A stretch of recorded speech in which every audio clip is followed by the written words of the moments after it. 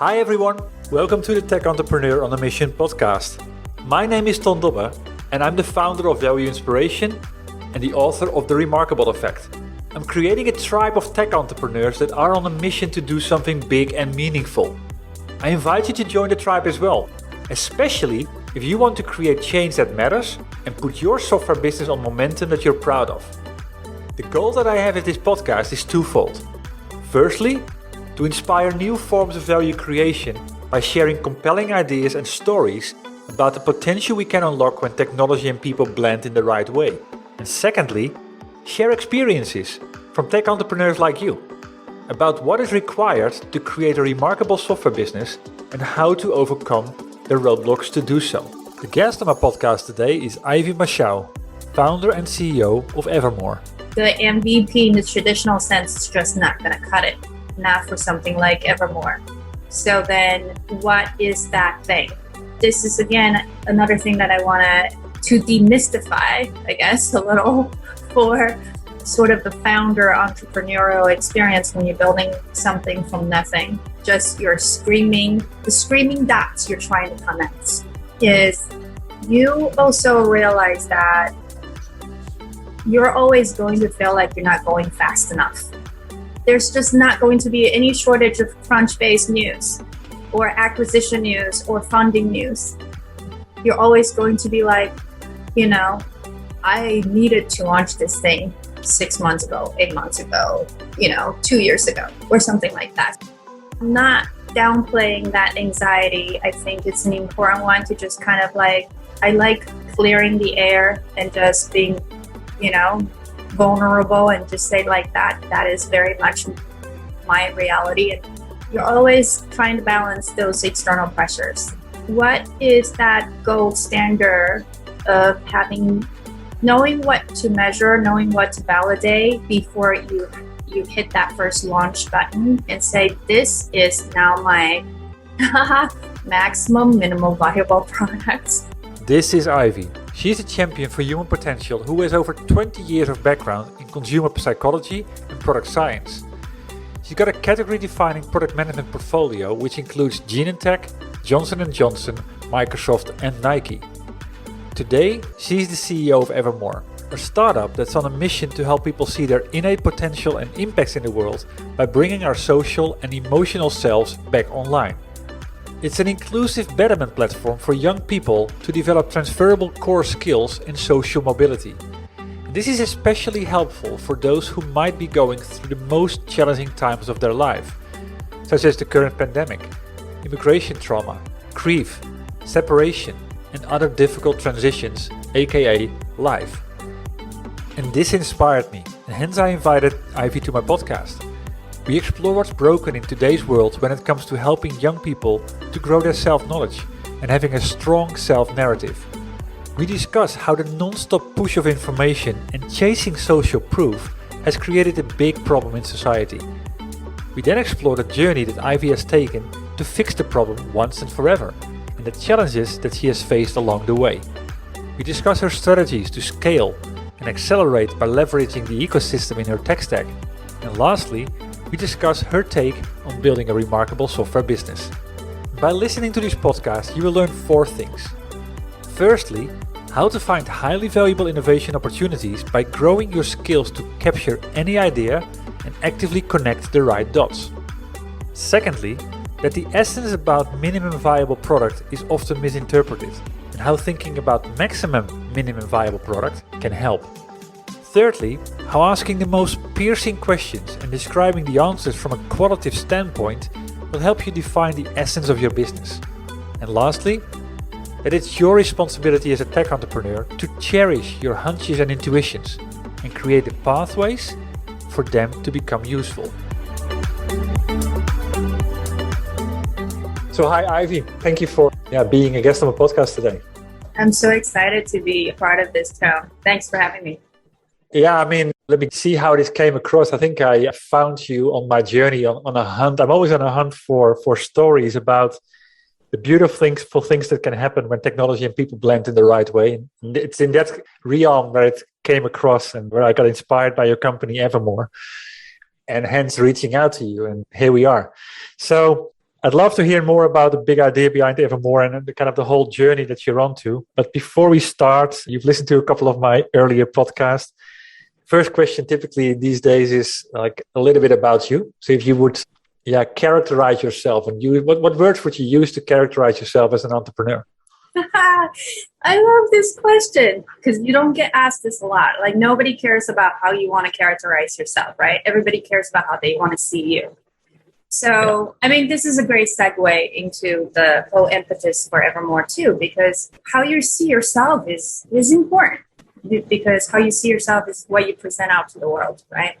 Yeah. Well, my characterization, I think I have always been, in your previous podcast, I've heard a lot of things about curiosity, entrepreneurship, growth mindset, check, and check.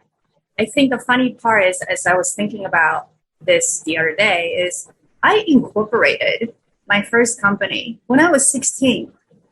I didn't have a clue what the company was meant to do, aside from the fact that I started working really young. So I was like, you know what? If I was already putting computers together as a system integrator, maybe that's what the company will do, right? So it's from 13 to 16, I was doing that as a part-time job. Then at 16, I'm like, you know what? I feel like feeling like a boss.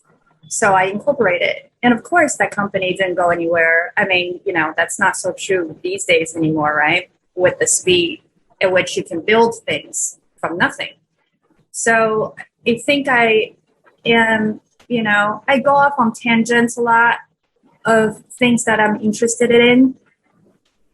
Although I think at the same time, there's this like knowing in the back of my mind that I was constantly a pattern-seeking machine connecting the dots, right? So even at a very young age, I think carries through to today is I think I'm always that neural network that's always connecting the dots. It could be people, it could be products, it could be solutions, it could just be conversations like what we're having today. I'm the dot connector. All right. That's the first time I hear that one. But funny enough, I tend to speak about myself in a similar way, connecting dots. So it's a rare species we are. So that was a very good, I didn't even realize the connection to your company, but it's so true. It's all about how do you see yourself, particularly young people. So kind of making them the switch to Evermore. You started the business in December 19, just before COVID. So everything was still normal then. What did you see by then that was screaming for something to solve it? What was the big problem that you identified? So the dot connector, right? It was always screaming. It had been screaming even when I was working as a consultant at PwC and all my agency days. The screams were something about, wow, there's just with the, evolution of technology. And, when I was 16, I think I was still, this gives you proper timestamp of where I was. I was still listening to the sounds of dial-up modems. Maybe even before that, actually. Oh, my God. And so I think, how fast the technology has been kind of evolving really dictates how we actually can hear those screams louder or it's just a faint sound. So the loud screams I was hearing there's a lot of essentially, not so much back then, but so much now, right? Like if I say the term self-editing or putting up a front, back in the .com days or, hello, you've got mail to your AOL account back in the days. That wouldn't make much sense. But now now we can connect the dots and say, yes, definitely. You have a LinkedIn profile, you have an Instagram profile, you have a podcaster avatar, you have a keynote speaker avatar. Wow. That's so many different fronts. And by front, I don't mean you're faking any of it, right? To whatever extent, that's all you. The screens are like, how do you actually get clear in who that real person is at the end of the day when no one's watching, no one's listening, and you're just by yourself, right? Or, with others. But what is that authentic version of yourself? So I heard that repeatedly all throughout, I guess, my teenage years, because of course there's that teenage angst that everybody went through, right? Trying to find out who you are, who you want to become. 2019, towards the end of that, yes, that was when pre-COVID times, I got accepted to Ambler's first accelerator program cohort in the States. And that basically acted as a launch pad to everything else, to now hearing the screams even louder, even clearer, to eventually having this laser focus of building what Evermore is today. Well, that brings me that at the end is, I mean, the screaming and kind of that a lot of people don't know what their fronts are and who they are and what their authentic self is. What does that lead to? And what is the opportunity if you get this right? Yeah, well, it's huge. Can you imagine in the midst of over information? Doesn't even matter if the news is fake or real, but just we're inundated by information, by news, by stimuli, day in and day out, right?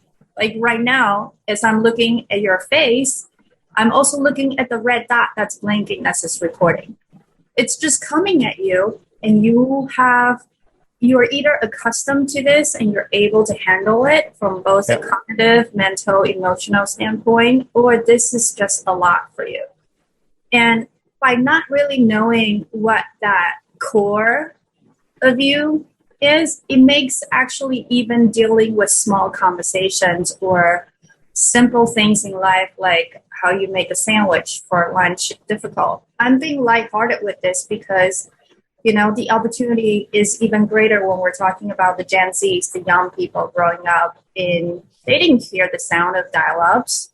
They just completely started at fiber optics and, you know, having probably all those social network profiles that I just mentioned at a very tender young age, right?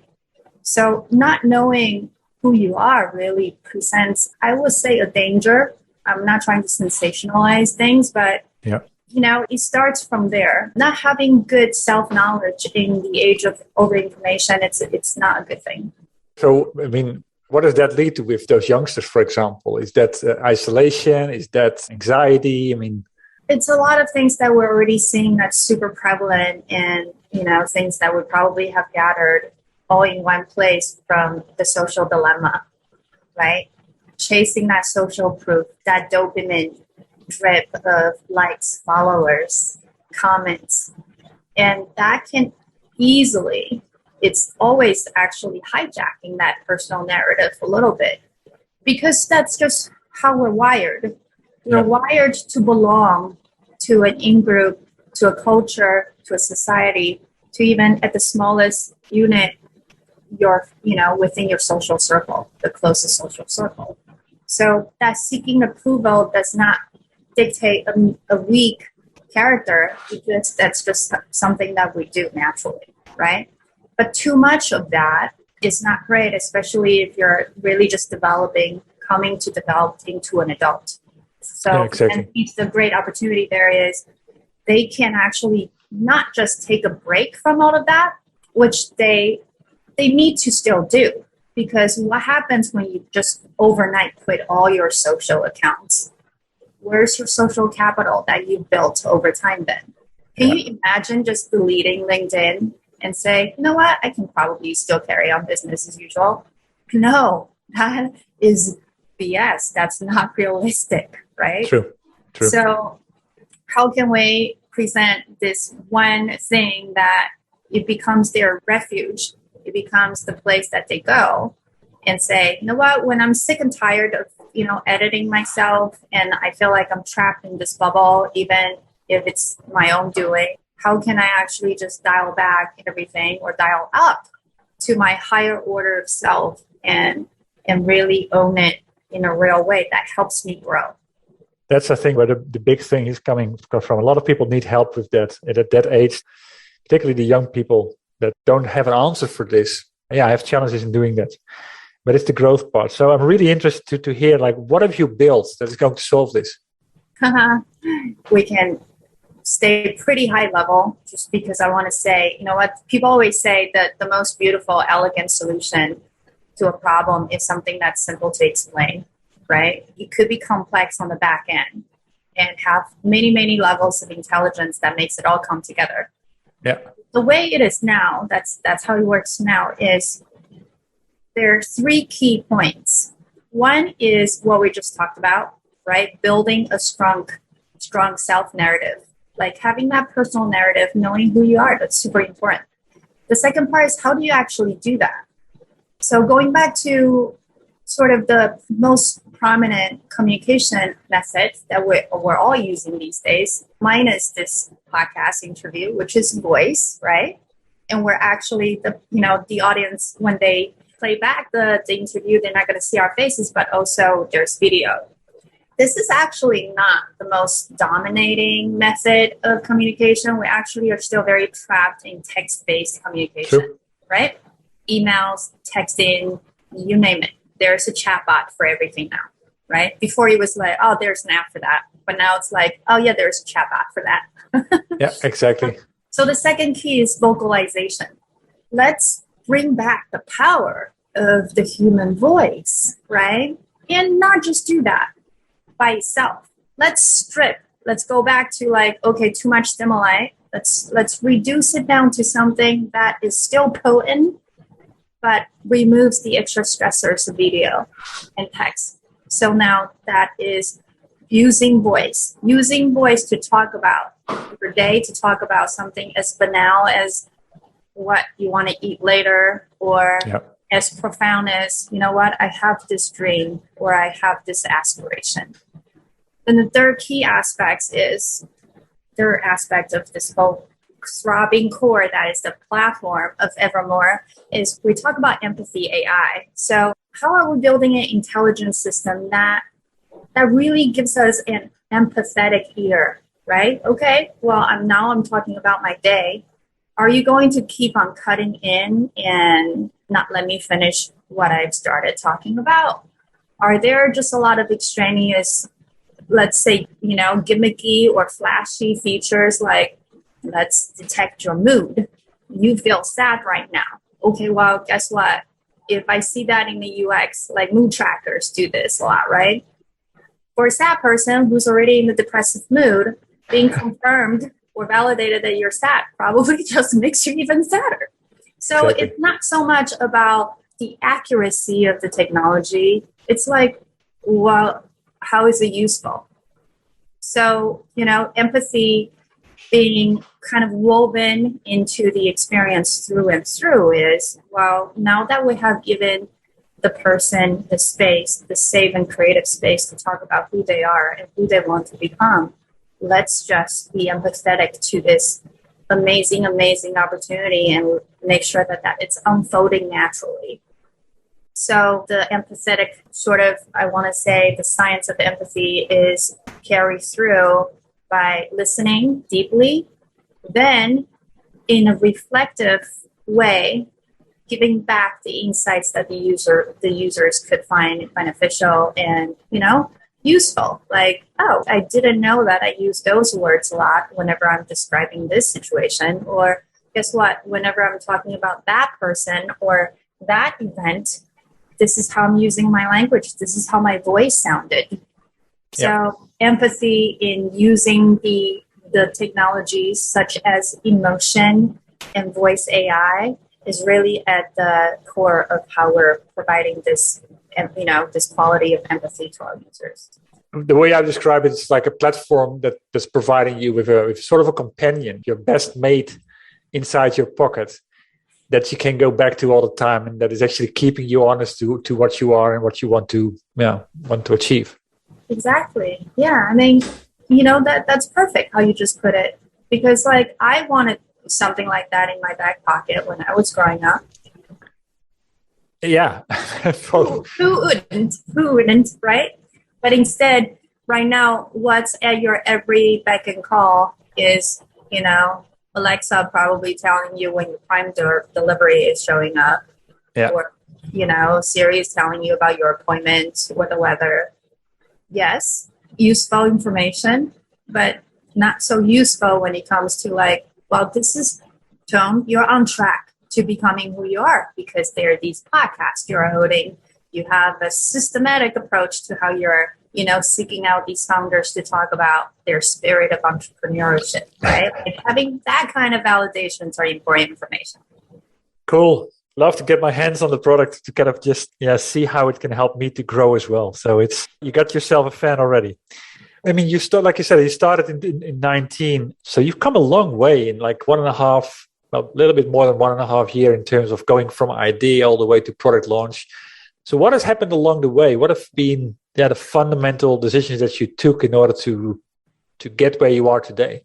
Yeah, well, being a product person by trade, and I think a curious researcher, right, dot connector at heart, means that I actually constantly had to balance sort of this constant internal struggle of when I draw the line, when I can say, okay, this is no longer just minimum not fiction, but frictional product, right? But reduce the friction to sort of having this end result package that is, let's just say, will result in a high possibility of a successful launch. So that internal struggle from, I should mention that I have aside from being a tech nerd, I'm also a UX person, which just makes me even nerdier, right? Because when you care about the user, when you care about their experience at the end of the day, it means that, of course, you're into the psychology, the decision making, their experiential qualities of when they interact or in, user interface. So this internal struggle of when do you stop building and say, okay, this is good enough to launch, then test and learn. I think that's what I'm still learning to, it's every day learning. It doesn't ever stop. Yep. But I will have to say from, to answer your question succinctly, from the time, let's just say I officially started building to now, is just really getting a more perfect handle on that. I think that's a challenge for every entrepreneur at the end. But you made a couple of critical points here. You talked about minimum viable product. Then you were talking about minimum frictional product. And what I liked in your conclusion there is that your check mark here is not that a minimum viable product is like the minimum you can put out for customers to kind of see what it is, but it's the minimum thing to guarantee the most highly possible or the most probable successful launch product. That is that's about something completely different. That is about really creating an experience that people love and love enough to keep using it. Yes. And it's not something you can easily answer without, let's just say, enough validation, right? Exactly. So, that slows you down, but in a good way. There's that's the good slow, because then you can say, you know what? The MVP in the traditional sense is just not going to cut it, not for something like Evermore. So then what is that thing? And I think, this is, again, another thing that I want to demystify, I guess, a little for sort of the founder entrepreneurial experience when you're building something from nothing. Just the screaming dots you're trying to connect is you also realize that you're always going to feel like you're not going fast enough, right? There's just not going to be any shortage of Crunchbase news or acquisition news or funding news. You're always going to be like, I needed to launch this thing 6 months ago, 8 months ago, 2 years ago or something like that. So that not downplaying that anxiety, I think it's an important one to just kind of like, I like clearing the air and just being, vulnerable and just say like that is very much my reality. And that's a similar reality for a lot of founders, right? Because you're going to have you're always trying to balance those external pressures. So then, going back to what we were just talking about before, like what is that gold standard of knowing what to measure, knowing what to validate before you hit that first launch button and say, this is now my maximum minimal viable product. Let me make a small interruption here. Ivy just made an excellent remark about her approach to bringing solutions to market that people will talk about from the start. Not by creating a minimum viable product that just does the table stake functions, but by finding the maximum minimum viable product, the version that will be a success at first launch. And that's a trait remarkable software companies master. They focus on the essence of what drives value and desire amongst their right customer. And you can master these traits as well, and I have various options for you to start. Just go to valueinspiration.com to learn about the masterminds and the work streams to help you fast track the growth of your software business. And while you are there, don't forget to grab the free Kindle version of my book, The Remarkable Effect. Back to the interview. And, it's always a dichotomy, and it's very meta. Because the maximum that you needed to have for it to be a minimal viable, you already answered those questions during, let's say, for Evermore, we have months of beta testing phase, right? So we're getting those questions slowly answered, and you just can't rush that process. That's just, you can't rush it by buying research, right? Research is only as good. The survey question answers are only as good as what you're asking. How would you even know to ask the right questions if you're not through trial and error, through iterating in your sort of, design prototyping phase? Yep. What will be the scenarios that's likely going to cause tension, and what will be the scenarios that's likely to create delight, right? You just don't know. So many, many learnings, and I talk about them as internal struggles because you kind of have to know. It's again going back to self-knowledge is when you know the devils that you fight with day in and day out internally. That's all going to really help you in a very big way. Yeah, exactly, and I mean, you have to follow your own path there. And the external pressures they have a different agenda, but often don't take the result or the impact that it needs to create into account. Particularly if you're talking about the founding or the VC community, that's, of course it's about speed and of course it's about rapid growth. But of course, to do that, you need to have something that, first of all, launches successfully and that people want to use at first point, but then keep using forever, because churn is the other danger. So I'm always interested to understand what decisions you took on that journey. And I saw a post that you recently shared about one of your partnerships, for example, with Symbol. But conversational AI. What has been the decisions that you took for yourself in terms of, okay, what do I do myself with Evermore, and what do I outsource to people that are way better with that? Well, I think, again, those are bigger questions that should be answered in your problem and solution slide, right? in your investor deck. But just because those slides exist and you need to have those slides doesn't mean that those were easy to answer questions. Yeah, true. So I mentioned a little bit about, is Evermore going to be a community or is it an AI company? And I will have to say, if we just kind of think about it in very simple terms of, well, you don't start to train your models until you have enough data, the right kind of data, right? Let's emphasize that. Where is it going to come from? How is it going to be relevant, especially in the space of, wow, this is a thing that's going to help me understand myself better? Well, you need data from the field. You need the data, historical data of that person day in and day out, right? Well, yeah. So in that sense, how are you going to get started? Well, you have to first create a potent, a delightful, and inspiring. I'm not going to continue down this list because there are just a lot of adjectives that it's always constantly scrolling. You have to make sure that this is something valuable and valuable to your users at the end of the day.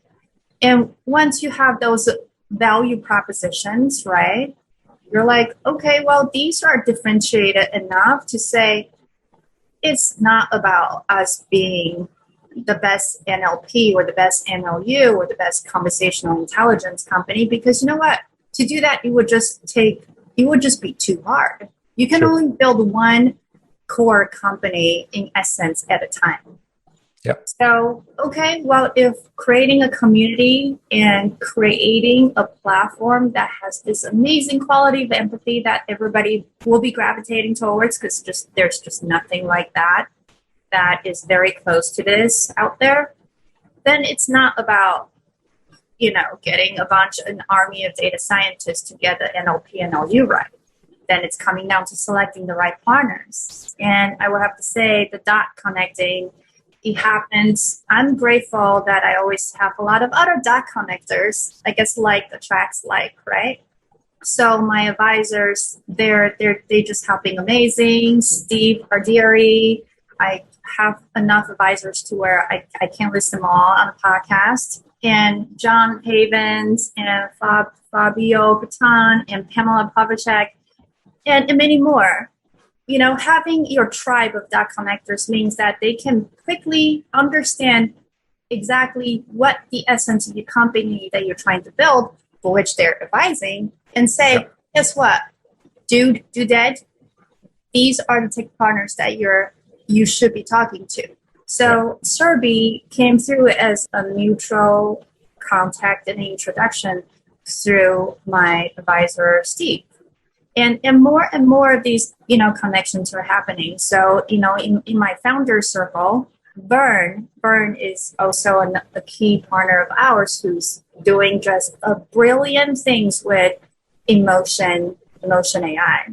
So that was another that was the introduction to a founder friend. So again, knowing what your value props are, like elevated to a point where you can say, you know what, we need to check off these boxes, but not the others. These others aren't important. Will then provide the right answers for you to be like, well, then what is my tech stack, right? What's my tech stack? How should I build that so I don't have to start from zero? Exactly, true. That is helping you with speed to market. But still, again, it's like the journey that you've been through and like being ready now for launch beginning of September, from starting in December 19 with a product that's going to be revolutionizing with regards to how people are going to see it in the empathy space is pretty interesting. And yeah, a lot of companies couldn't even imagine doing something like this a couple of years ago, because they thought, and I mean, I'm guilty of that as well in my history, you have to do all of the things yourself. But it's a very hard nut to crack with regards to where do you draw the line again. I mean, that's sort of a pattern in this podcast already. Like, where do you stop? Where do you start? And when do you say good is good? Yeah, good is good enough. Good is good enough. Bring it to market, then test, right? You know what? I like when you just come up with these terms on a random podcast interview, like maximum, minimum viable product. Like that should be a thing, because when you just go super minimalistic and minimum to the point of that it's let's just say pretty embarrassing, because fine, you're not testing enough, right? You're not doing enough to actually get the right or the depth of validations that you need for it to be truly minimum. So then I think, it's not so clean cut. Everybody's minimal viable product is going to be sitting somewhere, and you need to define what that minimum is. And for us. Yeah, and what do you optimize it for? I mean, if it needs to do the trick, okay, but does it give you a successful launch where people are going to talk about it and rave about it and then become your spreaders? That requires something completely different. Yeah, I think there's always that pendulum swing, right? When you have become too slow, people are like faster. When you're going too fast, people are like slower. Minimum, maximum, minimum. I think, having some really non-negotiable sort of core essence of what is the ultimate end product that you want to bring to the space, is those questions are the ones that you want to answer sooner rather than later. Has that got to do with a certain experience that you want to leave people with? Yeah. Leave it to Tone to ask the most piercing questions. Yes, right? What does self-knowledge help? How does it help me? Yeah. Does it help me let's just describe it from a qualitative standpoint, right? Would it help me feel lighter, even maybe on a heavy day? Would it help me feel like I actually have the capabilities or the capacity to be well? Like I talk about human potential in this way sometimes, you can let me know if it helps you this way. When we talk about human potential, it's just it could be anything, right? Like it's so broad. And, psychologists talk about like when you have such abstract terms, it doesn't have enough resolution. So it makes doing something like goal setting towards your potentials almost impossible because it requires a couple more layers of definitions, right? So potential is great, but you could be anything and everything. So then what? Now you're paralyzed because you're like, well, if I could be anything, what are those? Can we have at least the top 3 things, right? Yeah. So the human potential in that way is like, you need to first have that clarity of definition. Then how it works really, and, I'm simplifying it for just this conversation's sake. It's your ability to be feeling okay enough, moment by moment, to get to the next day, to get to the next week, to get to the next month, right? And I promise myself, mentally to not go on a tangent on this podcast, but I'll just seed it a little bit, for the audience to kind of do it as they listen to this and as they maybe offline when they start to kind of put their own thinking to it.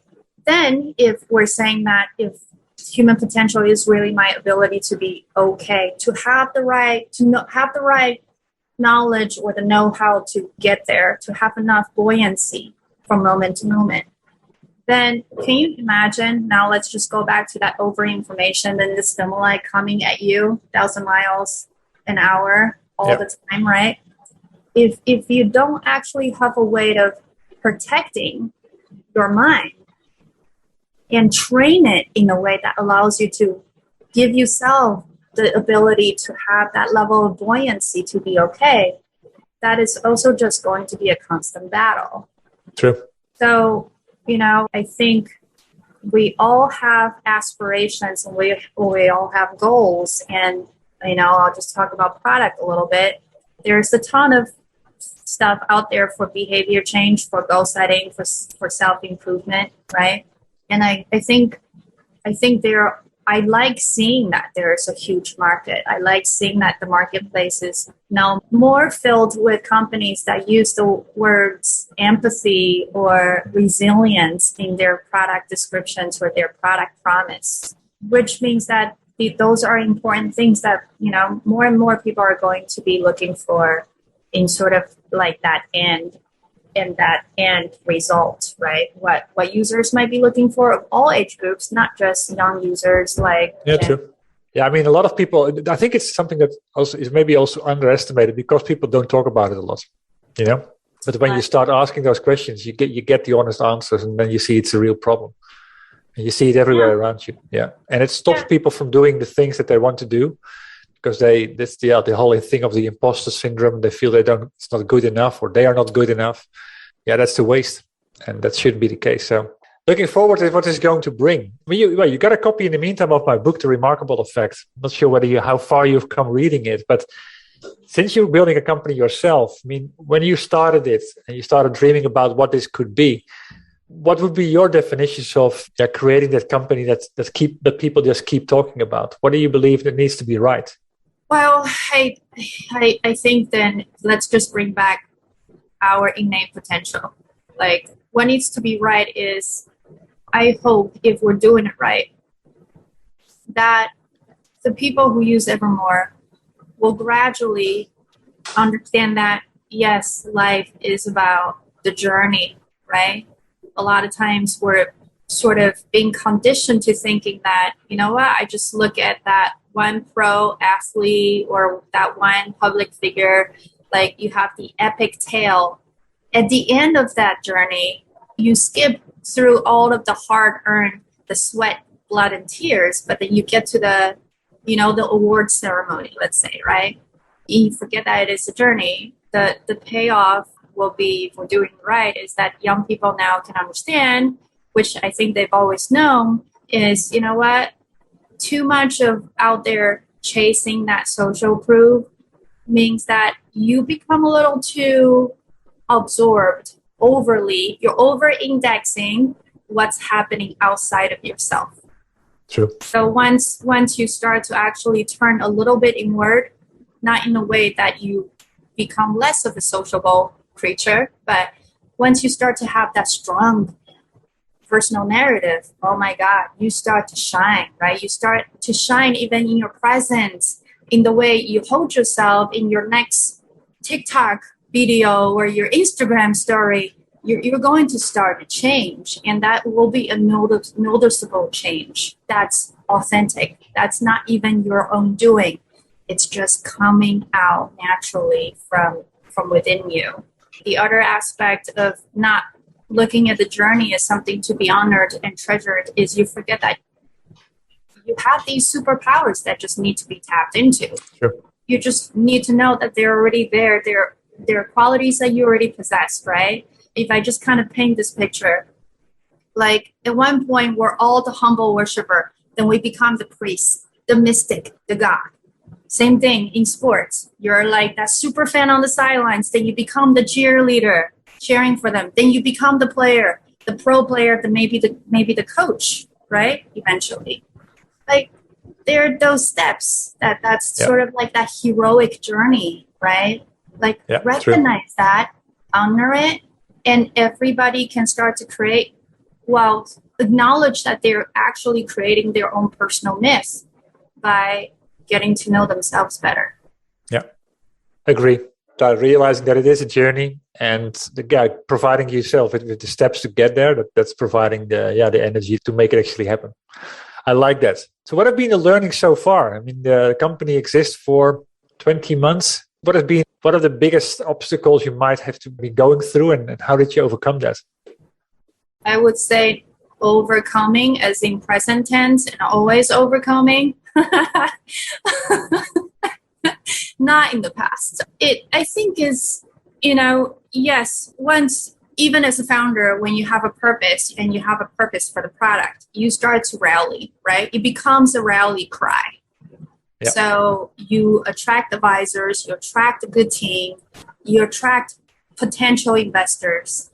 Then it's about building those relationships. I say it's less about overcoming obstacles. It's more about, again, acknowledging the fact that, all right, it's a process. It in itself is a journey. A lot of times it's easy to kind of start chalking up conversations to being very binary groups of yes or no, right? If you hear enough times of rejections and no's, eventually that's all you can see. It's a yes or no. Guess what? We all know that's not how the world works, right? There are going to be hard no's, but then a lot of times it's down to you. You have the accountability and the responsibility to filter those conversations in the ones where you can see, wow, there's an opportunity for relationship building. This thing needs to be cultivated. This conversation needs to be nurtured, or this relationship needs to grow in its own time, right? Yeah. It's not just about you. True. I think when you step outside of that mental model, then you can see, well, overcoming the day-to-day as a founder, a tech founder, someone who's building a community product, is to be good with people things, which is relationship for sure. building. It's the start of it, right? Create a belonging. Yes. So that people want to be part of that, exactly. And I agree with you. It's actually the yes and the no's, and even the no's possibly are gifts to you as well, because you can learn a lot from it, and it makes you stronger. And possibly it wasn't the right time at that moment. Yeah, you can do something about it. Again, it's mindset. That's possibly also what your product is going to help people put in the right order for. And kind of, they said it, peel the onion, or reveal the truth about certain things that people think about. So from the things that you've learned, what advice would you give to other people that aspire to be tech entrepreneurs like yourself, or people that want to pivot their company because it's on a journey towards something that they don't want? What has been advice that you've benefited tremendously from that you would say, okay, share it? Yeah. Okay. I'll make it short. But in essence, I think we all go through a period of incubation, right? Yep. Going back to the dot connector metaphor, you first have to see the dots. Then most likely you want to talk about the dots. But you want to talk about it enough, just enough. And then you have to start actually connecting them. So I think I have a lot of advice. I don't think advice is really, they're good as key takeaways, but you kind of actually have to see if they work for you, right? Because Exactly, for certain personalities, there's a lot of talking that needs to happen before the doing comes. For other personalities, they're just naturally talker and doer. So they kind of flip between the two modes. I say, you know what? Do the do. Yeah. Definitely, when you have a great idea, start to connect with the network of people around you. You can talk about your ideas, but it becomes a little bit like poison if it just stays within you and it's not activated or enacted upon. So, you definitely don't want to be idea constipated, right? You want to kind of vet it, and there's no better way to vet your ideas than testing your ideas and be truthful to your ideas than to actually, True. build it out and test it out.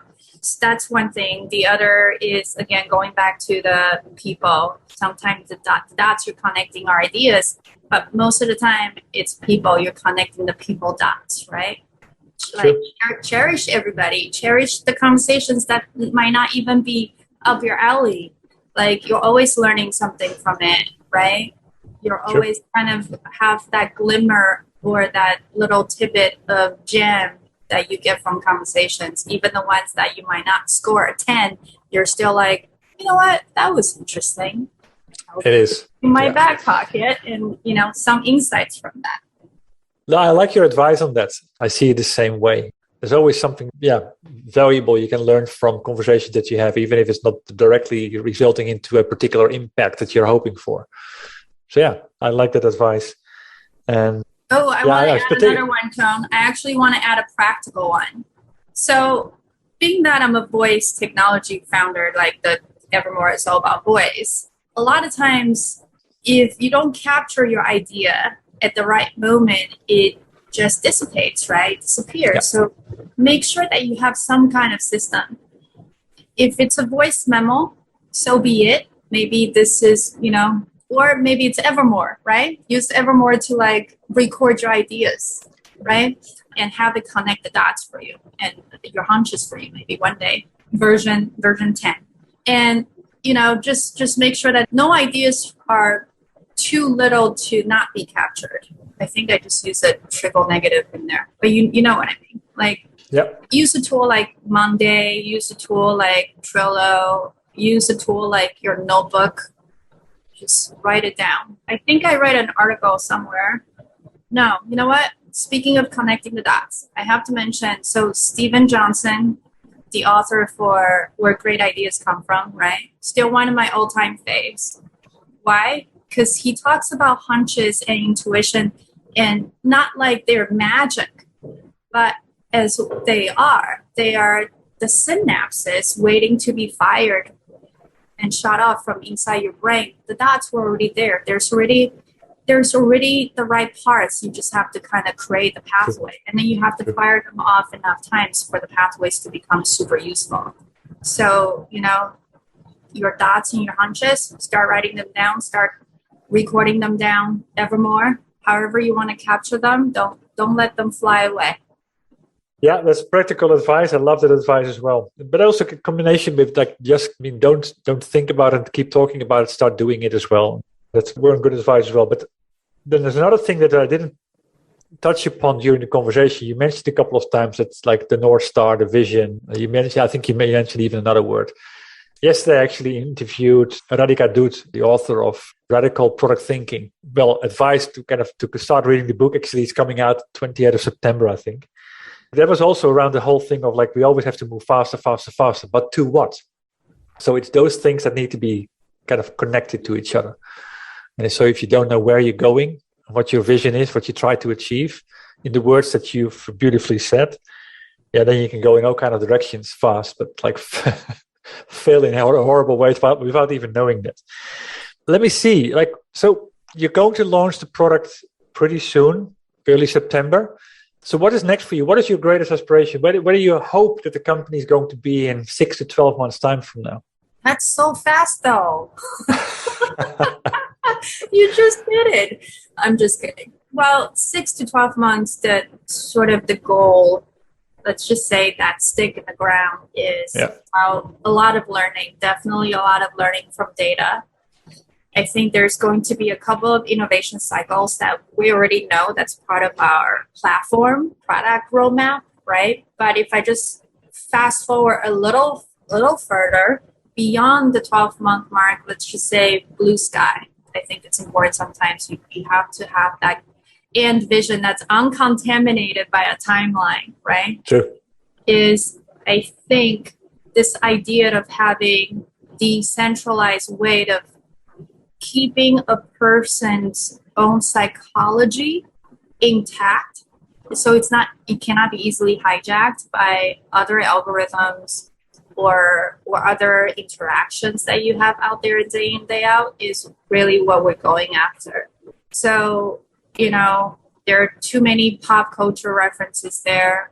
One could say, it's not Minority Report, it's not about reporting crime, but it's about perhaps recording your true state of your emotions, right? Yeah. Of those sort of snapshots of who tone is, how tone is becoming that version of himself. What's sort of your truthful states of these different big epochs of your life?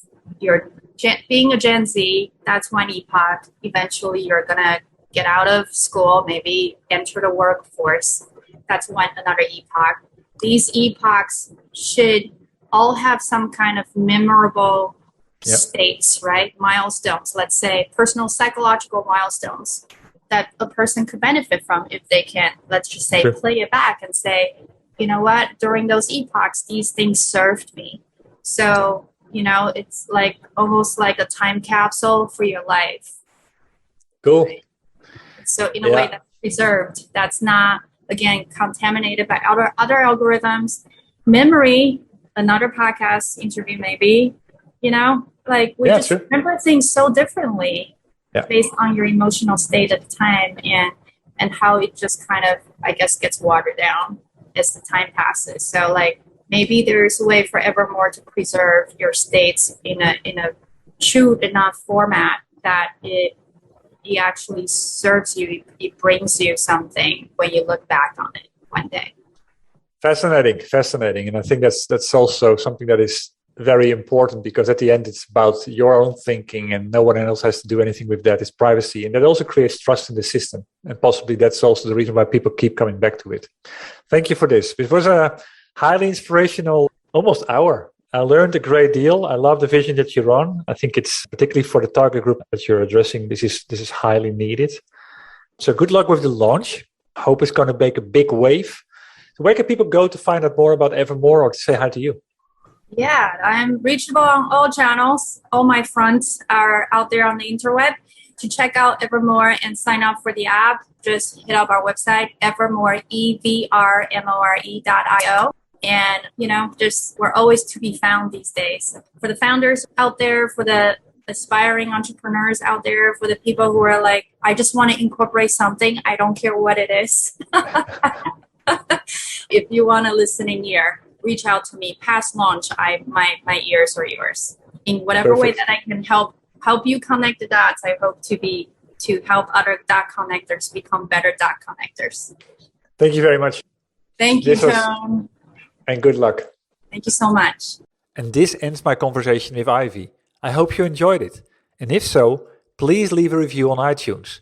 And if it inspired you, please share it with other tech entrepreneurs on a mission that you have in your network. Other than that, thanks for tuning in to this podcast. I had the honor to speak to Ivy Mahsciao, founder and CEO of Evermore. As said, the goal that I have in this podcast is twofold. Firstly, to inspire new forms of value creation by sharing compelling ideas and stories about the potential we can unlock when technology and people blend in the right way. And secondly, Share experiences from tech entrepreneurs like you about what is required to create a remarkable software business and how to overcome the roadblocks to do so. Before I close, I have 2 more comments to make. If you know other tech entrepreneurs on a mission that have a story worth sharing, please send me an email at ton.dobby@valueinspiration.com. Building the momentum all starts with revealing the ideas. And that starts with you. And if you want to know more about my book, or you're interested in joining the Remarkable Effect tribe, please visit my website at www.valueinspiration.com. Thanks for tuning in. And you could do me a big favor by rating the podcast on iTunes or provide me with your feedback directly. I'll see you shortly on a new episode.